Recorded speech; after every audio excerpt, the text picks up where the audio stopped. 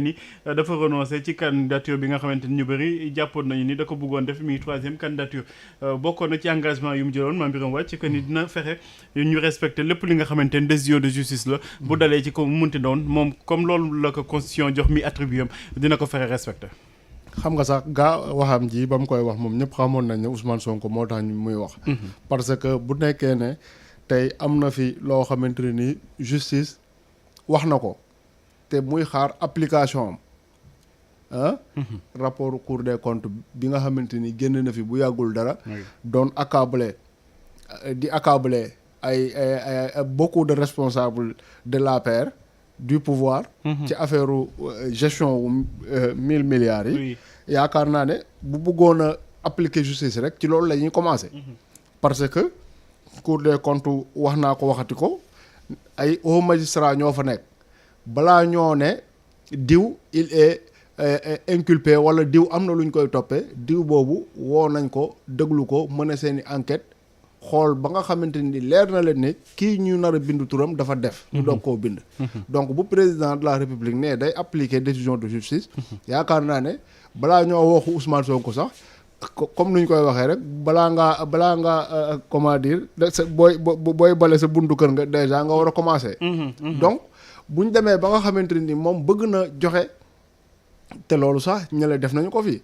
les procureurs là bi ñu fi génnee di def seen sortie ba ci dossier Ousmane Sonko moo leen taxoon a jëkk mais avant ñuy wax waxu Ousmane Sonko dañoo commencé d'abord par waxu Covid ak li nga xamante ni nee nañ nar nañ koo def. ci ay poursuites avant ñuy ñëw ci Ousmane Sonko. effectivement donc bii tamit noonu la waroon a demee bu ñu demee boo demee yow ba jiite am réew ñu yaakaar ne. exemple bi yow exemple yi da nga ko war a joxe ci say pratique maanaam ngay def nit ñi di ko gis di ci roy boo demee bay ne da ngay appliquer dara da nga koy commencer ci ñi nga xamante ni ñoo ànd ak yow après boo ko appliquer opposition bi xëy na nit ñi dinañu mën a comprendre malheureusement loolu ba mu koy wax Ousmane Sonko moo taxoon mu koy wax mais en tout état de cause fi ñu toll nii tey DGE bañ comment dire du ma ne sax bañ nañu jox Ayib Daffé ay fiches mais fexe nañu ba Ayib Daffé jëlul ay fiches Ayib Daffé boobu pour man nekkul ne dem na fa tey ñu ne ko ñi ko war a jox fiches yi newuñu fa mu génn wax ci rajo yi après dem toog il n'est pas question que ñu abandonner cette piste là bu nekkee ne waa ji nee na new kii war a joxe fiches yi newu fa tey na fa dellu suba ba sénégalais yëpp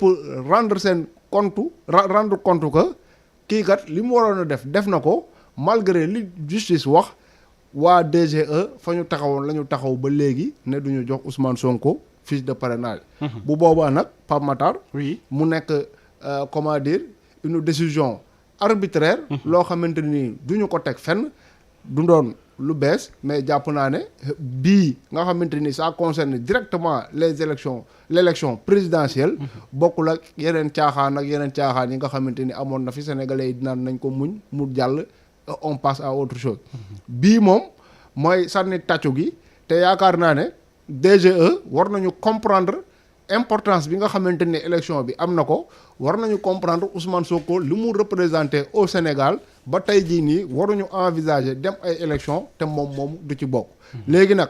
fiche de parrainage lañ leen wax ñu joxe ko bu ñu ko joxewut on va voir. collectif des avocats de monsieur Ousmane Sonko génn nañu benn communiqué le temps ma bàyyi la nga souffler du moins ma liiral le communiqué bi mi ngi nii ce jour 19 octobre 2023 l'huissier de justice maître Wendé Dieng a été requis pour la signification de l'ordonnance numéro 01/2023 du 12 octobre 2023 rendue par le président du tribunal d'instance de Ziguinchor par laquelle la radiation de monsieur Ousmane Sonko a été annulée et par voie de conséquence sa réintégration immédiate sur les listes électorales ordonnées. Une fois à la direction générale des élections, l'huissier de justice et le mandataire du CIR Ousmane Sonko chargés de récupérer en même temps les fiches de parrainage ont été tous les deux éconduits et empêchés d'accéder aux locaux. Le directeur général des élections a pris prétexte qu'il ne pouvait les recevoir aujourd'hui sans aucun motif et les a fait éconduire tous les deux aux heures de service, se rendant ainsi auteur d'une entrave à l'exécution d'une décision de justice, à l'exercice de la fonction d'huissier de justice et d'une voie de fait. Or, l'article L47 alinéa 4 du Code électoral prévoit que les décisions de justice rendues et transmises à l'autorité compétente ou au service de gestion du fichier électoral seront immédiatement prises en compte et traitées dans le sens prescrit, nonobstant la clôture de la période de révision et du traitement des mouvements. Cet état de fait consomme en outre la volonté de l'État du Sénégal de ne pas se conformer aux décisions de justice rendues par les magistrats. Ce mépris à l'endroit de l'institution judiciaire est conforme à la position de l'agence judiciaire de l'État qui, après le verdict du 12 octobre 2023, avait indiqué dans un communiqué rendu public qu'en dépit de cette décision, Ousmane Sonko ne peut être réintégré dans les listes électorales. Or, même le pourvoi en cassation projeté n'est pas de nature à suspendre l'exécution de la décision de réintégration en application des articles 36 et 74-2 de la loi organique portant création de la Cour suprême. Cette situation est d'une extrême gravité en ce qu'elle sape les fondements de la République et de l'État de droit.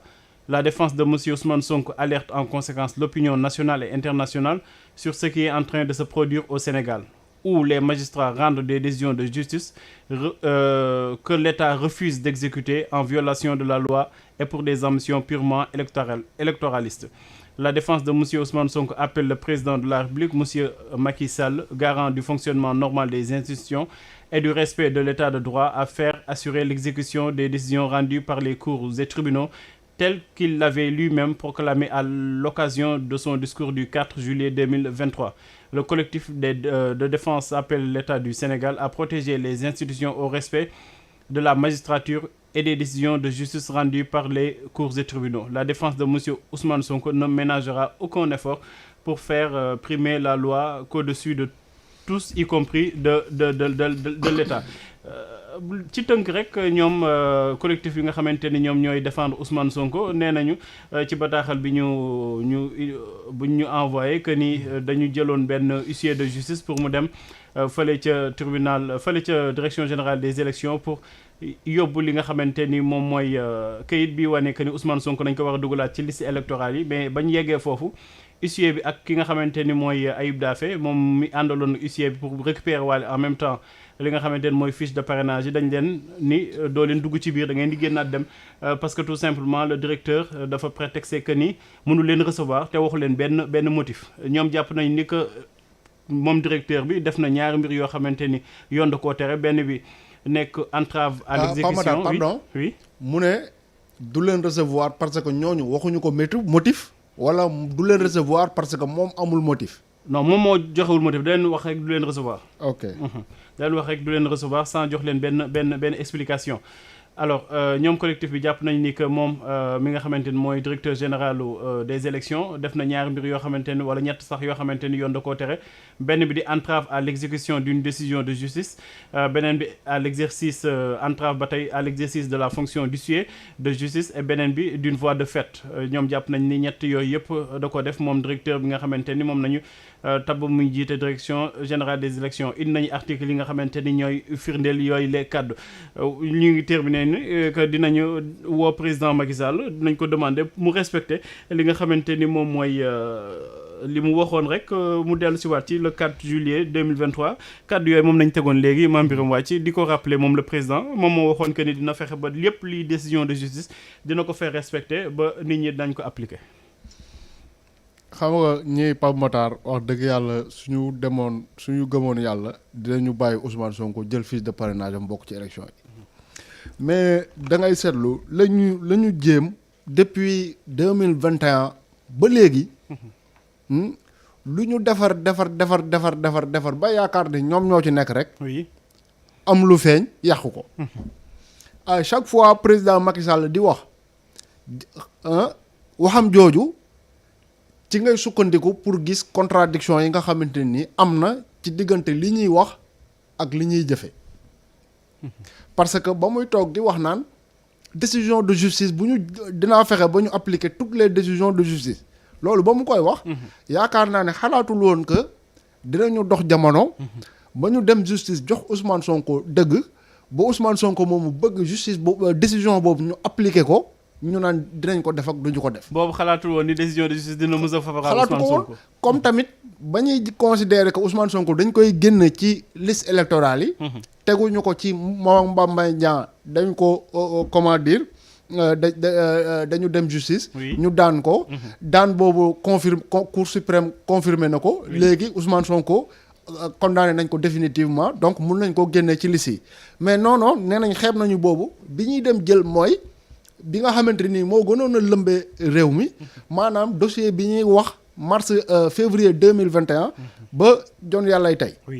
ñu ne dossier boobu la ñu bëgg a sukkandiku pour que Ousmane Sonko du participer ci élection yi même bu nekkee ne au départ lañ doon wax mooy viol ak menace. ñu dem ba ci biir ñu ne corruption de la jeunesse sax baax na mun nañ cee jafandu. parce que da ngay xool Pape Matar. da ngay lii xew ci temps yi. da lay gën a leeral ci yenn décisions yi nga xamante ni ñoom daan nañ ko jël au temps. parce que quelque part. jàppoon nañu ne xëy na Ousmane Sonko mii kat xëy na procès bi Adji Sarr waxu fa lenn loo xamante ni mën na tax ñu toppee Ousmane Sonko affaire viol. waxu fi lenn loo xamante ni mën na tax ñu toppee Ousmane Sonko affaire menace. mais puisque jàpp nañu datu procès bi boo commencé koo def il faut ñu wut lu ñu condamné Ousmane Sonko parce que ñoom dañoo considérer que il est en contumace. kon lu ñu ko mënti condamné puisque ma nga contumace rek amul problème dina tax ñu génne ko ci liste électorale yi. malheureusement pour ñoom gis nañu ne corruption de la jeunesse la ñu ko mujj condamné considérer que ne contumace la tey jii nii les faits sont là koo xamante ne nii jàpp nañu ko dugal ko prison Sébikotane ba comment dire emprisonnement boobu am ay traces mandat de dépôt bi nga xamante ne nii moo tax mu dem prison boobu am ay traces yoo xamante ne nii du n'importe qui moo ko bàyyi. mandat de dépôt bi traces yi ki ko bàyyi ab juge la. fa nga xamante ni fa lañ ko denc prison traces yi ki ko bàyyi waa administration pénitentiaire la. mu leer na leen ne donc kii ñu ne contumace la kenn mënatu koo considérer comme contumace puisque jàpp nañu ko. ba denc ko kaso. léegi ñoom ñu bëgg ñoo gëmloo ne comme malgré que jàpp nañu ko malgré que mu ngi kaso. mais Ousmane Sonko gisaguñu ko ba tey fi mu ne nii contumace la boo xamante ne nii. mënul bokk ci élection yi. mais waxu caaxaan mënul gën a rëy loolu. donc ma ne ñoom ba ñuy def loolu te xam nañu ne teguñu ko fenn ni ko sénégalais yëpp mun na comprendre parce que mënuñoo ne contumace mooy koo xamante ni dafa daw te sénégalais yëpp mën a seede ni Ousmane Sonko mi ñu naan dafa daw mu ngi biir këram ay policiers wër ko ñëpp xam loolu. mais ñoom jàppoon nañ ne du am benn juge boo xamante ne ni dina jéem a gas xool ci biir ndax kat Ousmane Sonko contumace la woon wala du contumace ñoom li ñu considéré rek mooy comme que Ismaïla Madior Fall toog na ci ab rajo xaw ma ab télé ne Ousmane Sonko rajee nañ ko ci liste électorale yi comment dire contumace la donc c'est terminé fond baa ngi noonu amatul kenn ku ko war a saytu. malheureusement pour ñoom te soo seetloo sax Pape Matar noonu la mujj demee. parce que Ousmane Sonko rajo nañ ko ci liste électorale yi donc duñu ko jox fiche de parrainage loolu daanaka le cour suprême daal di atte cour suprême attewul xool ba xam ndax Ousmane Sonko kat comment dire bañ koy juger mu ngi fi woon wala nekku fi woon. cour suprême xoolul ndax Ousmane Sonko contumace la wala du contumace. cour suprême lu mu xool mooy kii kat nekkul ci liste électorale yi donc warul am fiche de parrainage. malheureusement nag pour ñoom Ziguinchor mu ngi fi wala ñoom puisque dañoo barricade Ziguinchor dañoo jàpp ne Ziguinchor bokkatul ci réew mi que décision bu fa jógee kenn du ko appliquer bu nekkee loolu lañ jàpp nañ ko wax mu leer bokk mais jusqu'à la preuve du contraire. Ziguinchor Sénégal la bokk décision ya nga xamante ni fa la ñu bàyyee ko. malgré que Ziguinchor la day appliqué wu fii ci capitale bi comme nu muy appliqué woo. ci beneen dëkku Sénégal. léegi nag comment dire DGE. nekkuma fi génnewu ko ci. duma ko recevoir génnewu ko ci non c'est la vérité. parce que am na loo xamante ne ni dañ koo xaatim signé ko te du signature Mame Birame Wathie du signature Pape Matar Diallo ak koo xamante ne nii la bu nekkee tribunal bu dugg see ñëpp jóg taxaw. wallaay moo ko signé donc. bu nuyee séance ñëpp noppi. te xam nga waaw ma ngo xam nga comment dire waa waa Ousmane Sonko yi. oui quelque part ñoom da ngay xool rek l'ironie de l'histoire. Depuis le début ñu naan Ousmane Sonko nee na du wuyu justice. andu respecté wul institution yi. d'accordul ak justice. kii day défier sunu justice bi. day défier les magistrats. dem nañ sax ba ñu day décrédibiliser li nga xamante ne mooy institution judiciaire. ma ngoog dem bay wax loolu alors que ñun ñëpp gis nañu ne. même ba Sweet Beauté di éclater Ousmane Sonko lu mu waxoon dafa leer waxul woon ne du ma dem wuyu justice parce que magistrat yi fa nekk ay magistrat Macky Sall lañ. lu mu wax mooy man député laa. boo leen may convoqué gendarmerie mais dem leen assemblée nationale ngeen lever sama immunité parlementaire boo leen ko defee ma dem wuyu ji. mais ñoom ñu jàpp ñu jël affaire nañ dindi sama immunité parlementaire moo doog a wuyu ji tegee ko ne rek ne Ousmane Sonko jàpp ci li Ousmane Sonko ne suñu levéwul sama immunité parlementaire du ma wuyu ji. du ma wuyu ji boobu la ñu dagg maanaam di ko répété ba ñëpp ñu bëri jàpp ne Ousmane Sonko kat dafa taxaw ne du wuyu ji justice. boof du ma ne ñëpp sax mais ñi ànd ak waa kër ñàkk jàmm. donc tey jii nii bu ñu ñëwaatee Pape Matar. des mois et des mois après ñu taxaw ñu ne fond bi nga xamante ne nii. moom la ñu tegoon sur la table. nga di fond boobu war a leeral que ne Ousmane Sonko mi ñu doon jugé bañ koy jugé ma nga woon këram. fond boobu di leeral tey jii ne Ousmane Sonko mënuñu koo considérer comme contumace puisque ma nga ca prison ba te ñu ne même bu nekkoon contumace la. bu doon bañ koy jugé moom dafa daw bu ñu ko jugé ba pare ba condamné ko. moom mi dawoon bu feeñee. wala bu ñu ko jàppee contumace boobu day teggeeku ba set wicc contumace boobu day teg mais ci loolu le juge bi sukkandiku ba daal dina leen Ousmane Sonko mi nekkul contumace donc delloo leen ko ay àqam ay yelleefam. léegi nag. oui. yaakaar naa ne DGE ñoom li ñu bëgg comment dire li ñu bëgg sénégalais yi ñoo leen ci bàyyi. parce que mënuñu di fi jàpp ay nit di leen di yóbbu ci kaso bi boo waxee ñu ne la justice moo ko wax ñun suñu yoon nekku ci.